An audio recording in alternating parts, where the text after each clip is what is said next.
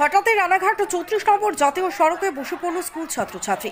কেন দেখুন, রানাঘাট 12 নম্বর জাতীয় সড়কে অবরোধ করে বিক্ষোভ স্কুল ছাত্রছাত্রী এবং এলাকাবাসীর। রানাঘাটের 12 নম্বর জাতীয় সড়ক সম্প্রসারণের ফলে রানাঘাটের সড়কপল্লী থেকে রানাঘাট শহর হাসপাতাল যেতে হলে স্কুল কলেজের ছাত্রছাত্রীদের অনেকটা দীর্ঘ পথ ঘুরে যেতে হয়।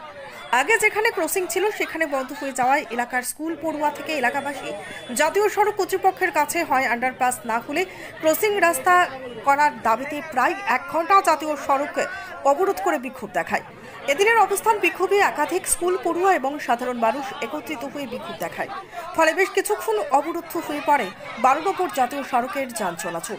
ঘটনাস্থলে উপস্থিত হয় রানাঘাট থানার পুলিশ এবং রানাঘাট ট্রাফিক আধিকারিকরা। প্রায় ঘণ্টাখানেক চলে অবরোধ এবং বিক্ষোভ। পরবর্তীতে পুলিশের আশ্বস্ততায় বিক্ষোভ উঠে যায়। তবে বিক্ষোভকারী ছাত্রছাত্রী এবং এলাকাবাসীর দাবি, যদি এরপরও তাদের দাবি মানা না হয় তাহলে তারা আরও বৃহত্তর আন্দোলনের পথে নামতে বাধ্য হবে।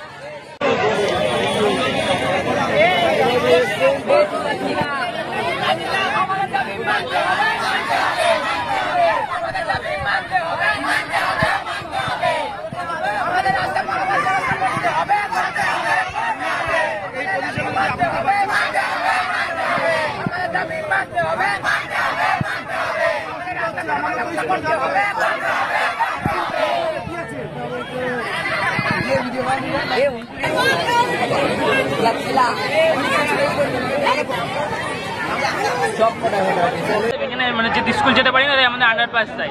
ঠিক আছে,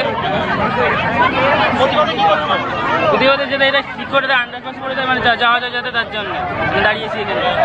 দাবি, এখানে 4-5টা স্কুল আছে, যেখানে এখানে স্কুলে অনেক বাচ্চারা আছে যারা স্কুলে যাতায়াত করে। এইখান থেকে সামনে কলেজ আছে, কলেজে অনেকে ছাত্রছাত্রীরা এদিকে যায় এবং আমাদের রাত বেরাতে এখানে একদম একটাই বড় হসপিটাল, যে রাত বেরাত আমাদের এখান থেকে হসপিটালে যেতে হয় এখানে আমাদের একটা আন্ডারপাস করে একটা ব্যবস্থা করে দিই, নাহলে এটা ভালো করে একটা সিগন্যালের ভালো ব্যবস্থা করে যাতে অ্যাক্সিডেন্টটা না হয় সেই ব্যবস্থা করে দিই। আমাদের এই হচ্ছে দাবি, আর কিছু না।